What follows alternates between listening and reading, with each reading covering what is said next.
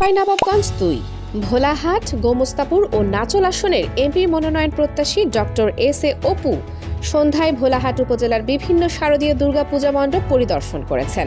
পূজা মণ্ডপ পরিদর্শনকালে অপু বলেন, বিএনপির ভারপ্রাপ্ত চেয়ারম্যান তারেক রহমানের নির্দেশে ও জেলা বিএনপির পক্ষ থেকে প্রতি বছরের ন্যায় ভোলাহাট উপজেলার পূজা মণ্ডপে সামান্য কিছু উপহার প্রদান করেছি।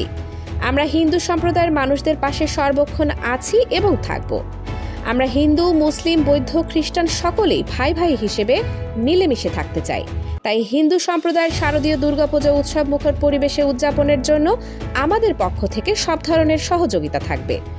বিএনপির ভারপ্রাপ্ত চেয়ারম্যান দেশনায়ক তারেক রহমানের নির্দেশনায় প্রতিটি পূজা মণ্ডপে নিরাপত্তায় থাকবে বিএনপি ও অঙ্গ সহযোগী সংগঠনের নেতাকর্মীরা। আপনারা নির্বিঘ্নে ও শান্তিপূর্ণ পরিবেশে দুর্গাপূজা উদযাপন করবেন। তিনি আগামী ত্রয়োদশ জাতীয় সংসদ নির্বাচনে বিএনপি থেকে চাঁপাইনবাবগঞ্জ ২ আসনে এমপি মনোনয়ন প্রত্যাশী বলে জানান।